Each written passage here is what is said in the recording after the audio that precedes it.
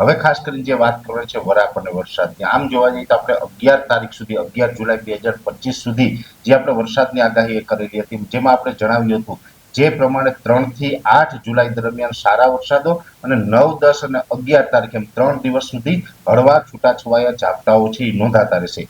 એ જ મુજબના આમ તો 3 થી 8 તારીખ સુધી સારા વરસાદો પડ્યા અને 9, 10, 11 તારીખમાં ઝાપટા નોંધાણા. આવતીકાલે 12 તારીખ છે, 12 તારીખથી લઈને 19 તારીખ સુધી વરાપનો માહોલ જોવા મળે તેવી એક આપણી આગાહી છે. પણ હા, એક ચોક્કસથી છે, કેમ કે એક મોટી સિસ્ટમ આપણા ઉપરથી પસાર થઈ છે. એકાદ અઠવાડિયાની હેલી ચાલી હતી, એ પછી જે એક સિસ્ટમ પસાર થયું એટલે સ્વાભાવિક રીતે અમુક ટકા ભેજ છે એ આપણી ઉપર રહી ગયેલો હોય, એટલે ભેજને કારણે છૂટા છવાયા સામાન્ય કોઈ જગ્યાએ ઝાપટા પડે એ અપવાદરૂપ રહેશે. બાકી આમ તો 19 તારીખ સુધી વરાપનો માહોલ રહેશે. પણ આ વરાપના માહોલ વચ્ચે અમુક વિસ્તારો એવા છે કે ત્યાં ભારે ઝાપટાઓ પણ પડી શકે છે, કેમ કે એને આપણે સારા વરસાદ ગણી શકાશે. એવા જે વરસાદોના એરિયા છે એ એરિયાની વાત કરવા જઈએ તો આમ તો એ એરિયા છે મધ્યપ્રદેશ બોર્ડર લાગુ વિસ્તાર અને ઉત્તર ગુજરાતના વિસ્તારો, જેમાં ખાસ કરીને છોટાઉદેપુર, દાહોદ, ગોધરા અને મહીસાગર જેવા વિસ્તારો છે.